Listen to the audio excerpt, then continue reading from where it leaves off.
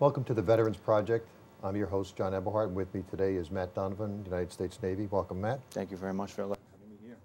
Matt, we're going to start, we're obviously going to go into your time in the service, but I want to start out where you were born and when. I'm going to have to give you your age away here. That's not a problem. I was born in Brooklyn, New York, in Flatbush in 1968, and July 10th, 1968, and I was pretty much raised there my whole life.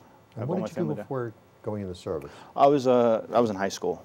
I knew that college wasn't for me, and it would have just been like high school part 2, and I didn't have the time or the money to waste, really. So I pretty much knew that I was going to the military. That, and also the fact that pretty much my whole family has been in the military, so I knew that that was the route, the path that I was going to take.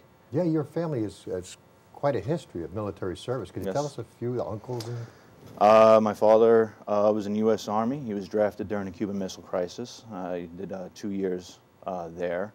I have many uncles. My uncle John had been in Vietnam. My uncle Eddie was in Korea. My uncle Richie is my great uncle. Richie was in World War II. Was in the U.S. Army Air Corps. 2 of my grandfathers were in World War I. Those boys, and unsubstantiated. It's in the family Bible someplace, but we don't have it anymore, unfortunately.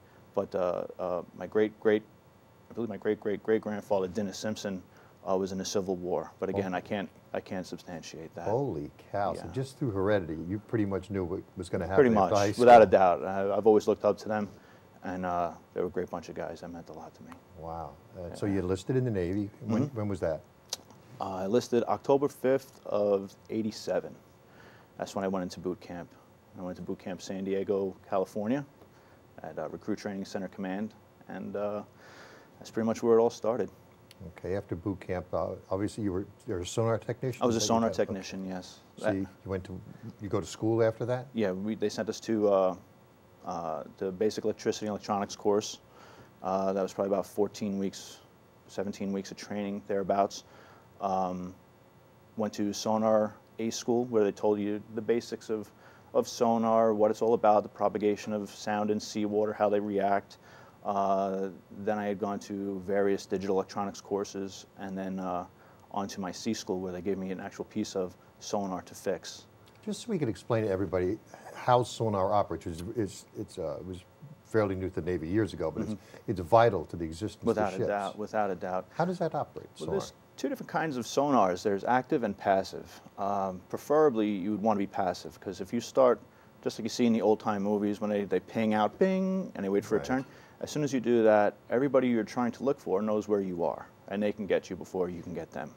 So what we do is we try to exploit different frequencies, tonals coming off of the contact, and we see shifts in the frequency, slight shifts within a buoy pattern, and we can tell what direction they are. We could prosecute and then hit our target. Wow, it's a pretty complicated system. It's in depth. It is pretty complicated, yes. Wow, so okay, you've gone to school now. Now it's time to actually do the service. So off to the ship you go. What ship were you on first? My first ship, I was on board 2 commands. My first ship was the USS Vreeland. It was a Knox-class frigate out of Mayport, Florida. And just for our audience, the term frigate, frigates are very similar to destroyers, except operationally their operation is different, where a destroyer might have anti-submarine warfare. A frigate might do something else. Well, the frigates generally are anti-submarine platforms. Originally, when the keel was laid, it was called a destroyer escort. Okay. So we would go ahead of the destroyers, which was in the battle group, and they would look for subs and things like that. So they were reclassified, I don't know what year, to FFs, called fast frigates, and that's indicative of the Knox class itself. And it was primarily an anti-submarine warfare platform, a very strong one at that. Okay, so yeah, just so we can clear up people, I know everybody knows the word destroyer, but right. Frigate. Okay, so you're on the Vreeland, and where was your operation? Well, we were home ported out of Mayport, Naval Station, Mayport, Florida, and our main theater of operations was the Caribbean, doing drug interdiction, humanitarian missions, things of that nature, sometimes public relations. We would go down to Fort Lauderdale. Like I said, just public relations, and we had a lot of cruising time, a lot of fun on board. You mentioned drug enforcement. Mm-hmm. Now, I always thought the Coast Guard did that, but apparently the Navy is involved in it also. Oh, absolutely, absolutely. And, I mean, can you explain was there any kind of incidents that occurred that were? Yeah, well, we did do some drug ops on board the Vreeland. We didn't really get anything there. Most of my drug ops, our successful ones, were on the USS Stark, my second command, and we would have a Coast Guard detachment that would come on board, probably about 8 guys, and then we would, through intel and various methods, we'd find out who's going where. We'd stop them, board them, chase them, and catch them. Okay. And so the Vreeland, you pretty much operated, it was in the Caribbean. Right, correct. Okay. That is correct. So now the Stark, now there's a ship with a history. Yes. A unique history. Very unique, yes. Can you tell us a little bit about what happened? It was obviously before you got on board her, but that was. Her history is dynamic. Yeah, that incident happened with the 2 Exocet missiles that Iraq shot at them. Happened just as I was enlisting. And one of my friends on board the Vreeland was actually on the ship when it happened. And basically he said that he just survived it through the grace of God. And it's just a real poignant reminder that it's not a joke out there. Things happen in peacetime and certainly in wartime as well. So it got hit with 2 missiles, not 1, 2. 2 missiles that hit in the berthing area actually that I slept in. That's... Oh. And just knowing what happened within, you know, every time you hit your rack, you hit your pit, you know, just thinking about it, it just brings to mind so many different images. The destruction and the cost of life. Cost of life was immense. Now the ship over was 30. Over 30? It was over 30 that was killed. That berthing compartment is not, well, obviously for them, the enemy, it's a good place to hit, but not for, I mean, hit somewhere else is fine. Right, yeah. Now, but she was able to limp into port. Yeah, yeah. As a matter of fact, my buddy, he only survived because he couldn't sleep that night. So he had his shower shoes on, and he went down to, you know, his shorts, and he went down to the mess decks where you eat lunch, dinner, always everything. Going on board ship. Absolutely. And so he got into a game of spades, cards with the guys there, and he said if he had to go to sleep that night, he wouldn't have been there speaking to me that day. All right. And I have a huge level of respect for him and all of them that went through that. Goodness. Now the USS Stark, her basis of operation was where? Well, again, in Mayport, Florida. Okay. In Mayport, and it was also an anti-submarine platform, though not as robust as the Knox-class frigate. They had ASW capabilities, but with what it was equipped with, it wasn't as robust as the Knox class, without a doubt. And given the nature of the Stark, that one truly was a public relations ship, if you will. Oh, I can imagine. Yeah, no matter where you went, I'm sure everybody wanted to see the Stark. Yeah, everybody knows the Stark. This is the ship that survived the attack. Mm-hmm. Now, you had mentioned we were talking about the Stark's missile attack. I think you had mentioned something about. I don't know if you were on watch and somebody else was on watch, and they detected incoming for you. That was on the that one was on that incident was on the Vreeland. Back on the Vreeland, okay. Yeah, we were. I don't remember the time. We've gone to general quarters so many times, but this time when they sounded the alarms, boom, boom, boom, and you heard the urgency in the bosun's voice going over the 1MC, the loudspeaker, if you will. Yeah, just for those out there, general quarters, you see it on movies, is when they blast a horn or whistle, and that's the utmost point of heightened emergency. Absolutely. And 1MC is a ship's PA system. Exactly. So okay, now the bosun's mate is pretty. He's pretty much amped up, and then he gives the reason. They give the reason for general quarters, low flyer inbound, and which means that there's a jet coming in at us in an aggressive manner. Which has happened before. It was no really big deal. As we went on, we were at general quarters. We set zebra, which is a level of watertight integrity, and then we're listening to I don't know if I can call it the bitch box, as they called it, and it's sound-powered telephone. In case any power went out, you still have communication. So we would hear combat speaking to the bridge, speaking to the EWs, which is the electronic warfare. That's right. And I'll mention to everyone, the sound-powered telephone is pretty much like a party line of the old days with the telephone. Exactly. You can hear the engine room talking to the bridge. You can hear everything. Absolutely. It's an open channel, free flow communication, so you can hear pretty much everything. The only thing, it was these boxes, these special boxes were amplified, so you can hear it other than just having the phone, you know. So now you're hearing pretty much some urgency now. Yeah, I'm starting to hear some more urgency between the EW. They said it wasn't squawking any IFF, the incoming jet, which is identify friend or foe. Right. We send out a signal, and they counter it, and then we could tell what country it's from. So we sent out our IFF, and they didn't squawk anything back, and this continually went on. And so we're not paying it any mind, because like I said, this has happened before, no big deal. And then afterwards, we started getting jamming on our 40, which is our surface search radar. And now we're getting scary. But still, we weren't that concerned, because it had happened so many times previous to this. We're still not too worried about it. But the level of talking in the sonar control space did lessen somewhat, and there's probably about 9 of us in on the active side, because sonar was divided into 2 parts, the passive and the active.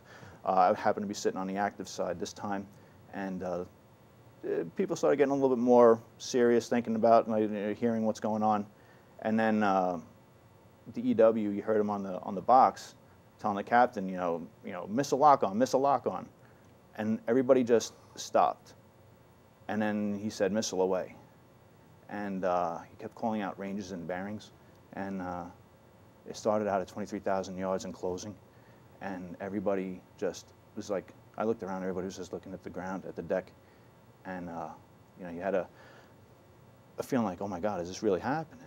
Well, the 2 words, missile locked on and missile away, now or you have a great idea that it's coming for you. It's coming. It was probably about a 4-second delay between the 2 shout-outs, if you will. And so then the EW petty officer kept calling out the ranges and the distances, 23,000 yards in closing, 20,000 yards in closing, 19,000 yards in closing, and to say it made an indelible impression upon myself to this day is an understatement. So, well, the countdown continued down to about 2,000 yards, and when it got to 1,500 yards, it was past an opening. It passed our bow by half a mile, and it kept on going, and it's just like getting a call from the governor. You just got a reprieve, and I to this day, I don't know where the missile was going, or if it was shot at us and it was called off at the last minute. I have no idea, but I thank God every single day that I was given another chance. After a short period of time after that, after they said it was past an opening, then we found out that it was a Saudi Arabian Mirage, the same type of aircraft that prosecuted and attacked the Stark. And it was an Exocet missile. I have no idea, like I said, if they were able to call it off or if it was meant for somebody else, but it was quite an event. Those minutes had to seem like hours to you and the crew. Your thought process just speeds up so much, and I hate to coin a phrase, but your life does pass behind you, in front of you, Sure. just like that. It's different when you're doing the firing, but when it's coming in on you, and with modern day weaponry, it's not like it's an instantaneous thing that just happened. You can hear it. You can hear it that it's coming, and there's a certain amount of time before something's either going to happen or it's not. That's got to be. You just sit and resign yourself to the fact you want to run, but you're in a steel box. There's nowhere to go. In the middle of the ocean. Yeah. Wow. Now you had a funny story we were talking earlier, and it was about the. Was it about boarding or? One story that comes to mind is I was on Mine Watch with my buddy Spike, Robert Spicher, and we were in 2-man groups. He was on the sound-powered telephone. This is this story, the one? Yes, this is a great Alrighty. story. I I'm love glad I didn't disappoint. I was up in a chair with the night vision goggles and M14, and Our job was basically to look for the mines in our path. We were given a grid to patrol. So anyway, it was really dark out, and I tell my buddy Spike, we were doing like 6 hours on, 6 hours off, and it got cold up there. Let me tell you, on the bullnose. The bullnose is the very tip of the ship. And the wind is brutal. It's howling. You're going 20 knots this way, and you got a 20-knot headwind. It's 50-mile-an-hour wind you're sitting in. Well, I see something up in the distance, way up in the distance, and I said, "Hey, Spike, I see something. It's bobbing up on top of the water." And he's like, "Huh?" I said, "Yeah." And now, could you explain a little bit what the, this is our modern-day Navy, what you had the M14 for? M14 to shoot the mine. Exactly. To sink it. Hopefully to blow it up, but to if anything to sink it. And they had stopped that actually probably about like halfway through the tour. Because they were finding that the mines were sinking just out of reach, but they weren't going down all the way, or whatever the reason, they decided not to go away. They decided to go away from that and just have the SEALs or EOD come in and blow them up. Okay. Yeah. So I see something way up ahead in the distance, bobbing. I tell Spike, and he's like, "Okay." He calls up to the bridge, and as it gets closer, all the officers now are on the bridge wing, right on alongside the ship, and they're like, "Where is?" They can't see it. I got the night vision goggles. I'm calling out ranges and bearings. I'm saying, 350 yards, at 010 relative, and as we kept on going, I start seeing that it's a seagull, and it flies away. I said, "Spike, it just flew away." He's like, "What?" I said, "Tell him it's a seagull." He's like, "I'm not telling him that. I'm not telling him that." So I'm like, "Well, what are we going to do?" We're trying to figure out what we're going to do, because they've already been altering the course of the ship to see if it's changed and everything. So you got the whole crew alerted to this thing going on. Pretty much. We're looking really, well, not looking, we're feeling really silly right about now. And he's like, "Well, I'm not telling him it's a bird. I'm sorry. I see a styrofoam cup coming right down." So I told him that, "Tell him it's a styrofoam cup. Here it comes right down the side, of the ship, right down on the starboard side of the ship."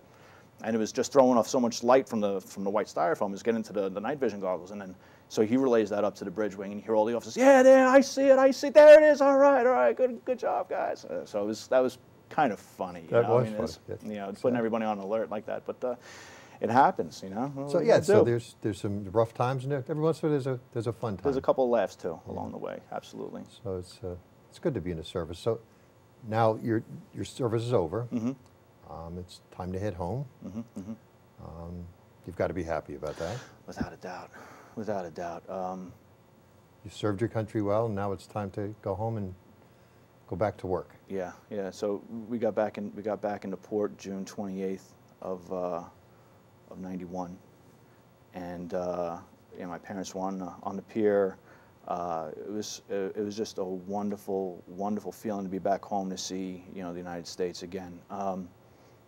This is the greatest country in the world.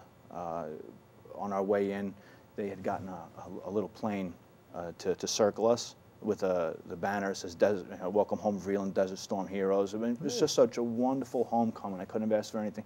And then to see my family on the pier was just immense. It was just an immense relief, especially for It's my nice to be parents. well received for without a doubt, knowing what you did. Yeah, and we were well received actually over there in Bahrain. They waved little flags at us, and when we were out in town, they were saying hi. They were very nice to us. Well, yeah. Let's jump back again.